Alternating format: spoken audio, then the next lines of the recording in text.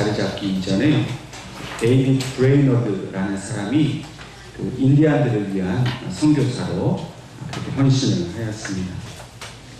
예일 대학을 다니고 있던 시절에 하나님을 만나게 됐습니다. 그리고 열정적으로 하나님이 원하시는 그 일을 위해 살겠노라고 헌신하게 되었습니다. 그리고 당시 그 예일 대학 안에 있던 학생 기도 운동에 적극적으로 참여하게 되었습니다. 당시 미국에는 이 영적 대각성 운동이 일어나고 있었는데 이 예일 대학 교수들은 이 영적 대각성 운동에 매우 비판적이었고 또 냉담하였습니다. 그래서 이 영적 대각성 운동에 기반을 두고 있는 이 학생 기도 운동에 이 브레이너드라는 사람이 참여하고 있다는 이유로 그를 퇴학시켰습니다. 그러나 이 브레이너드 목사님은 결코 실망하지 않았습니다. 그는 하나님의 부르심과 또 그 헌신하기 위해서 24번째 생일날 친구들과 어울려 파티를 즐기는 것이 아니라 오히려 그날에 하나님 앞에 온전히 금식하면서 하나님 앞에 기도를 드릴 만큼 그렇게 완전한 헌신을 하나님께 드렸습니다. 신학 공부를 하고 선교사가 되어서 이제 인디안들에게 복음을 전하는데 그 역시 쉽지 않았습니다.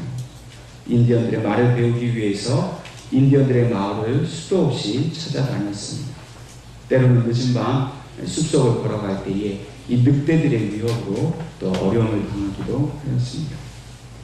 그때마다 브레이드 목사님은 그 자리에 무릎 꿇고 하나님의 온전한 도우심을 간구하면서 간절히 기도하였습니다. 오직 이 인디언들에게 복음을 전할 수 있게 해달라고 뜨거운 마음으로 기도를 하였습니다. 그때마다 하나님은 여러 가지 방법으로 이 브레이너드 목사님을 지켜주셨습니다. 그리고 이제 이 인디언들을 향해서 조금씩 복음이 들어가게 되었습니다. 이러한 브레이드 목사님의 이 수고와 헌신을 인정한 대도시에 있는 큰 교회에서 이 브레이드 목사님을 이제 담임 목사님으로 청빙을 하였습니다. 그런데도 이 브레이드 목사님은 그 청빙을 거절하고 오직 인디언들을 위한 하나의 미랄이 되겠다라고 다짐을 하였습니다. 1745년 어느 날 밤에 이 목사님께서 몸이 너무 아프고 고통스러워서 잠을 이룰 수가 없었습니다. 뿐만 아니라 기도조차도 할 수 없는 큰 고통이 이 목사님에게 임했습니다. 그때 하나님께서 이 목사님 가운데 임재해 주셨어요. 그리고 목사님을 만져주셨고 또 하나님의 특별한 그 치유의 은혜로 목사님이 깨끗하게 나음을 얻게 되었습니다. 다음날 이 목사님은 아침에 일찍 일어나자마자 인디언들에게 찾아가서 하나님의 불과 같은 그 말씀을 전하게 되었습니다. 이전까지 아주 냉담하게 이 브레이드 목사님께 대하였던 인디언들이 하나둘씩 갑자기 고꾸라지기 시작을 하는 겁니다. 그러더니 구툰마우 할룸메 라고 하면서 애통하면서 인디언들이 울고 통곡을 했습니다. 이 말은 주여 저를 불쌍히 여겨주소서 라는 말입니다. 목사님은 이날의 일을 스스로 평가하면서 이렇게 말했습니다. 나의 힘이 한계에 도달해서 모든 인간적인 소망이 깨어져 버렸을 때 전능하신 하나님이 그때 역사하셨습니다. 우리로 때때로 우리가 감당할 수 없는 그런 어려운 그런 난관에 부딪힐 때가 있습니다. 아무것도 할 수 없고 낙심하고 절망해서 그저 쓰러져 있을 수밖에 없는 그때에 오직 우리가 할 수 있는 일은 무엇입니까? 기도밖에 없습니다. 하나님께 간절한 마음으로 나아가서 제발 나를 좀 만져주시고 이 문제로부터 나를 건져달라고 기도하는 일 외에는 우리가 할 일이 아무것도 없습니다. 시편 기자는 시편 102편에 이렇게 하나님 앞에 기도하고 있습니다. 여호와여 내 기도를 들으시고 나의 부르짖음을 주께 상달하게 하소서. 나의 괴로운 날에 주의 얼굴을 내게서 숨기지 마소서. 주의 귀를 내게 기울이사 내가 부르짖는 날에 속히 내게 응답하소서. 여러분 우리도 괴로운 날이 찾아옵니다.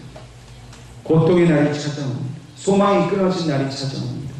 그때 우리가 할 수 있는 것은 이 시편 기자와 같이 하나님 앞에 무릎 꿇고 하나님 나의 부르짖음을 들어주시옵소서, 나의 괴로움을 돌아보아 주시옵소서 라고 기도해야 될 줄로 믿습니다. 세상에는 소망이 없습니다.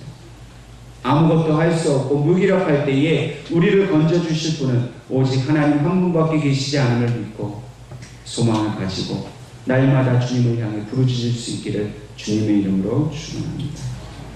오늘 본문의 말씀을 통해서 하나님께서는 이 한 사건을 통해 오직 우리의 모든 소망이 하나님께만 있음을 우리에게 말씀해 주고 있습니다. 이스라엘 백성들이 여리고성에 다가가게 되었습니다. 여리고성을 다가가게 된 것은 하나님께서 약속하신 그 가나안 땅에 이제 이스라엘 백성이 들어가기 위함입니다. 하나님께서 애굽에서 이 백성을 건지시겠다고 약속해 주셨습니다. 건지실 뿐만 아니라 하나님께서 약속하신 땅 가나안으로 들어가게 하시겠다라고 약속하셨습니다. 물론 광야에 40년이라는 세월이 있었습니다. 힘들고 고통스러운 순간이었습니다. 그러나 마침내 그 약속은 이제 성취되기 직전에 놓여 있습니다. 이 여리고성을 함락하기만 하면 그들은 하나님의 약속이 이제 가나안 땅에 들어가 그 땅을 얻게 될 것이라는 약속이 성취될 것을 보게 된 것입니다. 그런데 이 여리고성은 너무나 견고한 성이었습니다. 여리고성은 이 지리적으로 볼 때에 이렇게 많은 군대가 가서 한 번에 무너뜨릴 수 있는 그런 쉬운 성이 아니었습니다. 위치적으로 볼 때에 이 여리고성은 가나안 땅에 들어가기 위한 가장 그 요지에 있는 성입니다. 그러니까 이 여리고성을 지나지 않으면 누구도 가나안 땅을 들어갈 수 없습니다. 그런데 이 여리고성이 어디에 세워져 있느냐면 아주 가파른 경사지의 그 맨 꼭대기에 여리고성이 세워져 있습니다. 그러니까 이 여리고성을 함락시키려면 그 가파른 경사지를 기어 올라가서 함락을 시켜야 되는데 우리나라 성같이 이렇게 나무가 있으면 나무라도 붙잡고 올라가겠지만 아무것도 없는 그런 민둥산입니다. 게다가 그 성 밑에는 장애물을 설치해 놓아서 쉽게 그 공격해 오지 못하도록 하였습니다. 이 가파른 경사지로 올라가서 맨손으로 그 여리고성을 점검한다는 것은 불가능한 일입니다. 그런데 한 가지 이 성을 함락시킬 수 있는 방법이 있었습니다. 그것은 바로 성을 포위하는 겁니다. 성을 포위해서 오랜 시간 장기전으로 가면 결국 이 여리고성 안에 있는 음식이 떨어져서 여리고 백성들이 스스로 지쳐서 이제 문을 열고 나오기까지 기다리는 것, 이 방법 외에는 여리고성을 무너뜨릴 수 있는 방법이 없었습니다. 그러나 하나님께서는 이러한 일반적이고 인간적인 방법이 아니라 하나님의 방법으로 여리고성을 무너뜨리게 하셨습니다.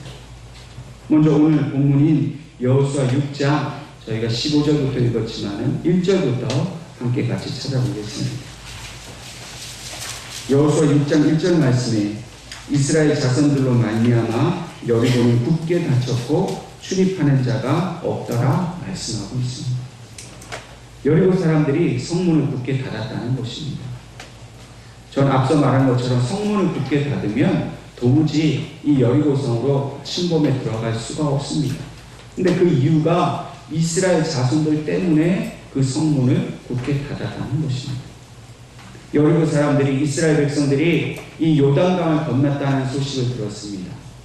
왜냐하면 이들이 이 요단강을 건너기 전에 이 광야에서 행했던 그 모든 일을 여리고 사람들이 알았기 때문입니다. 그들이 그 무서운 애굽의 군대를 추격을 뿌리치고 홍해를 건넌 일과 또 그 광야 속에서 하나님께서 여러 민족과의 전쟁에서 이스라엘 백성들을 지켜주시어 이기게 하신 그 모든 사건을 여리고 사람들은 잘 알고 있었습니다. 그러한 이 이스라엘 백성이 요단강을 건너서 여리고로 오고 있다니 그들은 두려운 마음에 성문을 걸어 잠글 수밖에 없었습니다.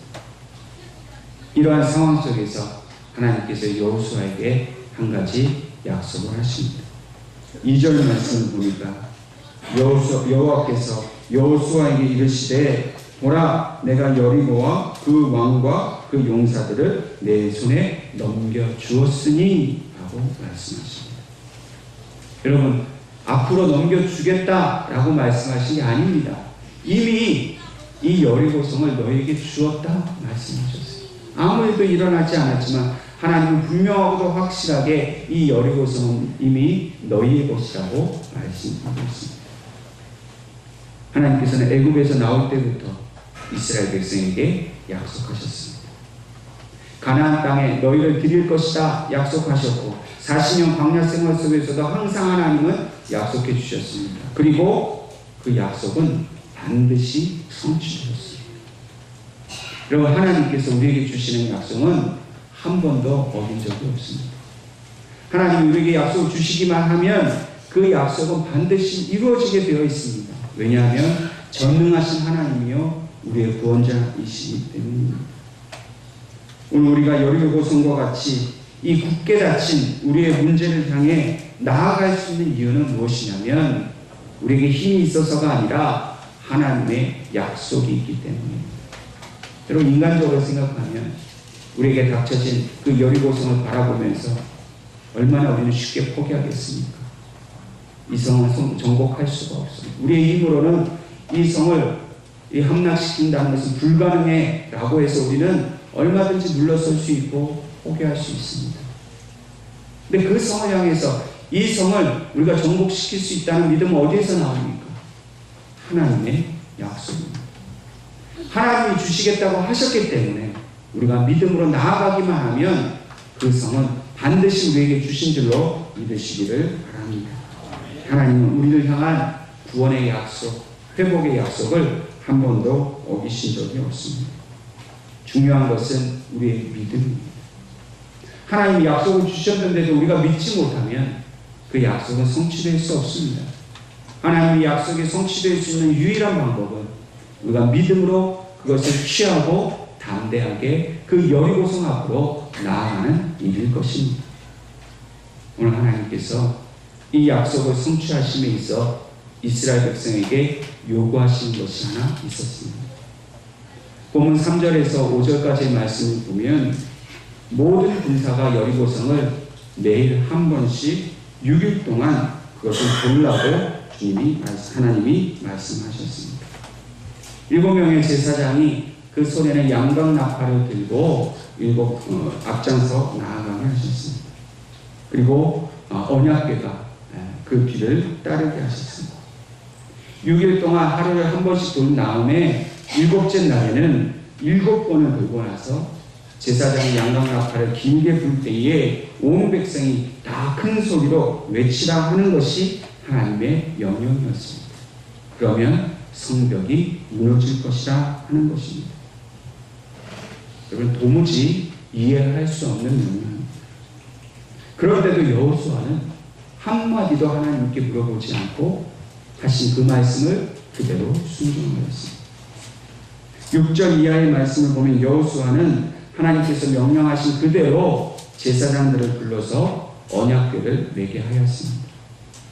제사장 7에게는 양각나팔을 잡게 하였습니다. 또 이에 더해서 무장한 군사들을 이 언약궤의 앞과 뒤에 세웠습니다. 그리고 마지막으로 그 뒤에 백성들이 따르도록 하였습니다. 이 여호수아가 제사장들과 군사들과 백성들을 이 배치한 모습은 마치 오늘날 교회의 모습과 매우 같습니다. 오늘 우리도 영적 전쟁 앞에 놓여 있습니다.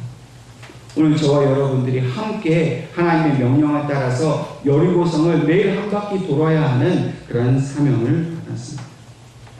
우리가 가진 개인적인 문제, 또 교회가 당면하고 있는 이러한 사명들, 여러분, 이 모든 것은 사람의 힘으로 감당될 것이 아니라 하나님께서 하라 하시는 이 영적 전쟁에서 승리해야만 해결되는 것임을 믿으시기를 바랍니다. 이러한 영적 전쟁을 이기기 위해서는 반드시 영적인 질서와 팀워크가 필요하다는 사실을 우리는 기억해야 합니다. 우리 교회에 하나님이 주신 영적 질서가 있습니다. 순서대로 서야 하고 그 열에서 흐트러지지 않아야 합니다. 질서를 지켜야 합니다. 단합된 모습으로 나아가야 합니다. 그렇지 않으면 결코 여리고성을 무너뜨릴 수가 없다는 것입니다. 하나님께서 우리 성도들을 적절한 위치에 배치해 주셨습니다. 목회자로서의 위치에 서게 하셨습니다. 장로님들, 권사님들, 모든 직분자들이 서야 할 위치를 하나님은 정해주셨습니다. 성도들이 함께 그 모든 제사장과 군사들을 따라가듯이 교회 세우신 그 지도력을 따라서 하나님의 뜻을 받들어야 할 그런 책임을 우리에게 주셨습니다. 여러분, 그 자리는 어떤 자리입니까? 바로 예배하는 자리입니다. 여러분, 우리 성도들이 각기 예배하는 자리가 있어야 합니다. 기도하는 자리입니다. 찬양하는 자리입니다. 봉사와 섬김의 자리입니다. 각기 하나님께서 우리에게 맡겨주신 역할을 충성되이 감당해야 합니다. 나 하나 정도 이 자리에 빠져도 되겠지. 결코 그렇지 않습니다. 여호수아의 명령을 따라 이스라엘 백성은 단 한 사람도 그 열에서 나고하지 않았습니다. 자기 서 있어야 할 자리를 분명히 지켰습니다. 특별히 여러분과 저는 기도의 자리를 분명히 지켜야 합니다. 여러분, 여리고성을 도는 일은 바로 기도하는 일입니다. 아무 말도 하지 않고 묵묵히 하나님이 하라하신 그대로 기도의 자리를 지킬 때에 하나님께서는 그 여리고성을 우리에게 주시겠다라고 말씀하는 것입니다. 기도하는 일에 저와 여러분이 하나가 될 수 있기를 바랍니다. 기도하는 일에 질서를 따라서 그 각기 한 목소리를 내어서 하나님께 합당한 기도를 드릴 수 있기를 간절히 바랍니다. 또한 여호수아는 여리고성을 도는 이스라엘 백성에게 또 한 가지의 원칙을 말하고 있습니다.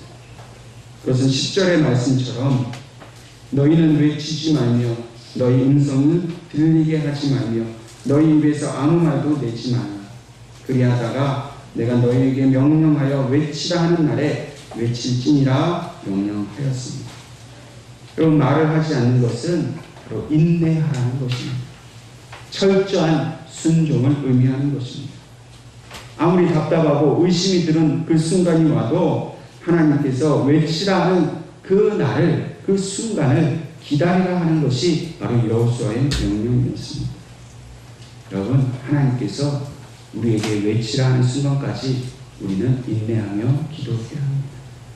잠잠히 하나님의 뜻을 기다려야 합니다. 왜 우리가 이렇게 기도해도 하나님 왜 응답이 없으시냐고 성급하게 나서지 않아야 합니다. 정말 여리고성이 무너질 수 있을까 염려하지, 의심하지 말라는 것입니다. 여러분, 우리가 기도하다가도 답답하지. 정말 될까? 그러나 인내하고 참고 그 하나님이 역사하시는 날을 기다리는 그 인내를 통해서 하나님은 분명히 우리를 통한 하나님의 뜻이 나타나도록 하신다는 것을 우리는 믿어야 할 것입니다. 분명히 하나님이 외치라 말씀하는 순간이 있습니다. 하나님의 영광을 선포하고 하나님의 능력을 외치는 순간이 다가옵니다. 하나님께서 여리고성을 무너뜨리신 것 같이 우리의 모든 문제, 그것이 사라지는 순간이 다가올 줄로 믿습니다. 그때 우리는 성령의 역사하시는 힘을 의지하여서 담대히 우리의 문제를 향해서 예수 그리스도의 이름으로 선포해야 될 줄로 믿습니다. 이제 이스라엘 백성이 하나님의 명령대로 여리고성을 매일 6번씩 돌았습니다. 매일 한 번씩 6일 동안 돌았습니다. 그리고 마지막 10일째가 되었습니다. 그리고 그날에는 성을 7번 돌았습니다.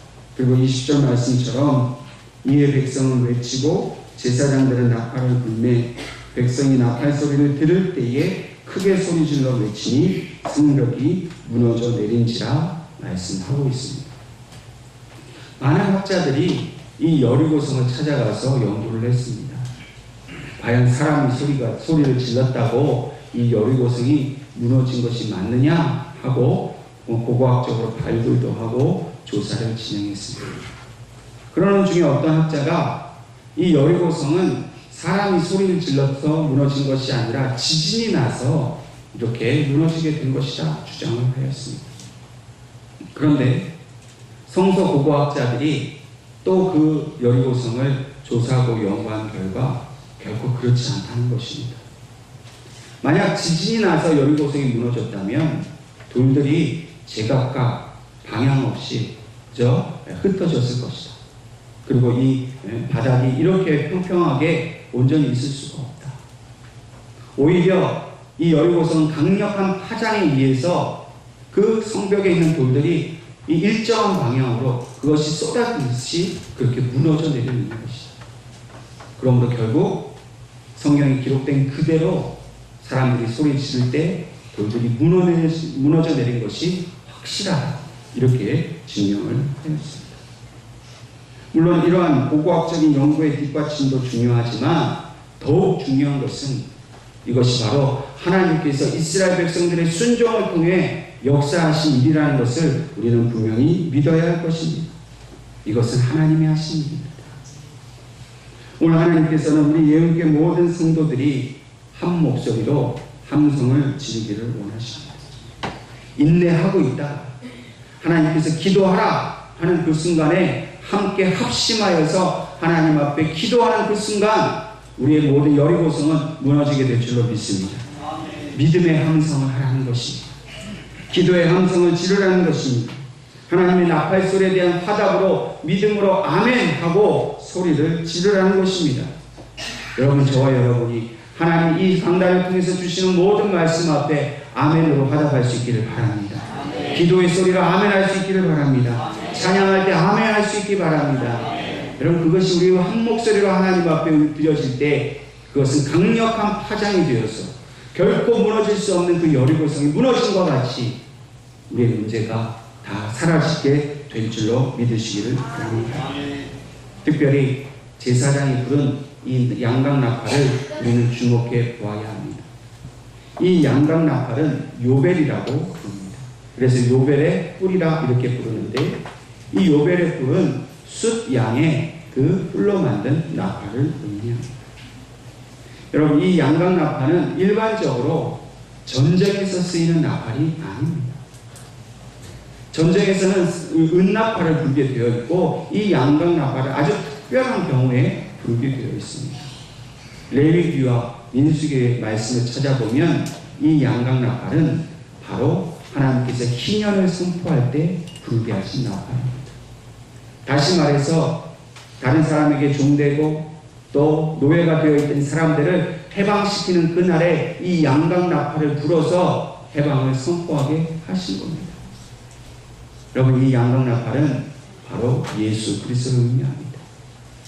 어린 양이 되셔서 피를 흘리시고 그 모든 것을 내어주신 예수님이 바로 우리 앞에 그렇게 나팔처럼 울려 불려질 때에 바로 자유와 해방이 우리에게 선포되었다는 겁니다. 예수 그리스도의 피로 말미암아 우리의 죄가 사하여졌습니다. 우리 인생을 묶고 있는 그런 사단의 시험과 그 악한 영들의 공격이 떠나가게 되어 있다는 겁니다.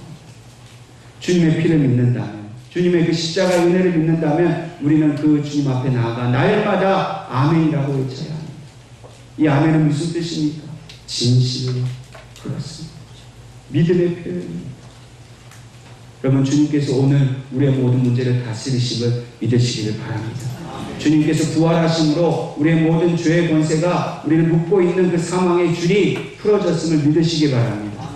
그리고 우리 앞에 놓여있는 여리고성은 반드시 하나님의 뜻대로 무너지게 되어 있습니다. 그날을 위해서 저와 여러분 날마다 기도의 자를 지키고 그 기도의 자리에 나와서 날마다 아멘으로 하나님 앞에 영광 돌릴 수 있기를 주님의 이름으로 축원합니다.